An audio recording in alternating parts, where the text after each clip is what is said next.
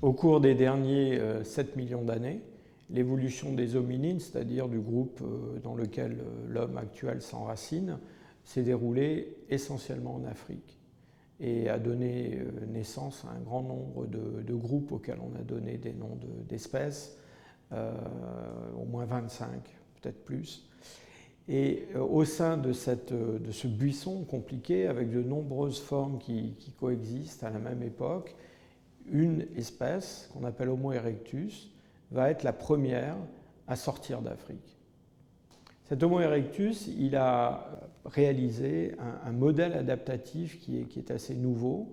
C'est un homme qui nous ressemble beaucoup à des tas de points de vue, même s'il est très primitif. Il a un cerveau qui fait moins de la moitié de la taille d'un cerveau d'homme moderne. Et il a aussi un mode de croissance qui rappelle un peu celui des grands singes. Mais enfin, c'est certainement le premier hominine qui mérite le nom d'homme.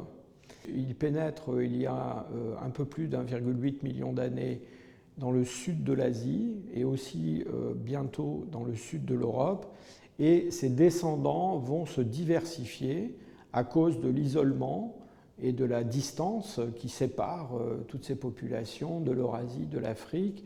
Et au cours des derniers 800 000 ans, on va voir apparaître des espèces nouvelles d'hommes qui représentent une diversification au sein de ces ancêtres de l'homme, avec en Europe et en Asie centrale des Néandertaliens, dans l'est de l'Asie des formes qu'on appelle les Denisoviens et qui sont apparentés à ces Néandertaliens.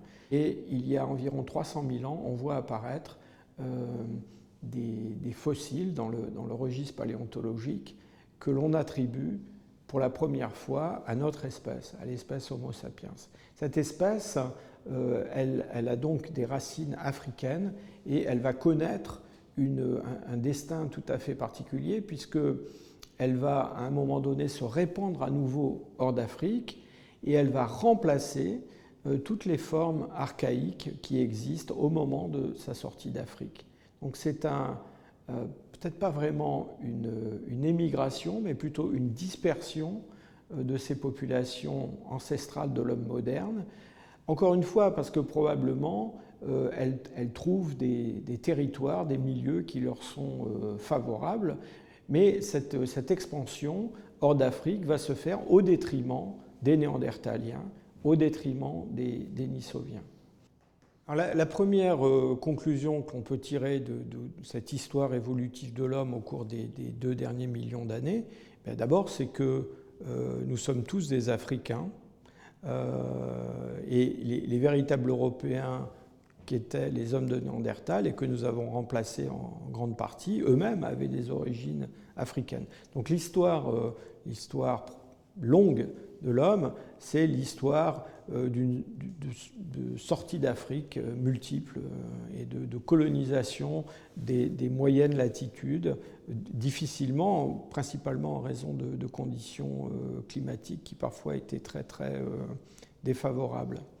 Alors une des questions qui se pose évidemment, c'est les raisons de cette expansion un petit peu irrésistible qui aboutit à l'extinction de toutes ces formes archaïques, néandertaliens, dénisoviens. D'abord, on sait que ce n'est pas un remplacement total. Il y a une part d'assimilation de ces populations qui sont remplacées. Nous avons tous en Europe, en Asie, à peu près 2% d'ADN hérité de l'homme de Néandertal. En Mélanésie, on a des populations modernes qui ont 6% d'ADN de Denisoviens. Mais toujours est-il qu'il doit quand même y avoir, sur le plan biologique, sur le plan cognitif, sur le plan démographique, peut-être sur le plan social, on ne sait pas trop, quelque chose qui fait que ces hommes modernes donc, vont connaître une expansion tout à fait illimitée, avec une conquête de zones de la planète qui n'avaient jamais été peuplées auparavant par aucune forme d'hominine.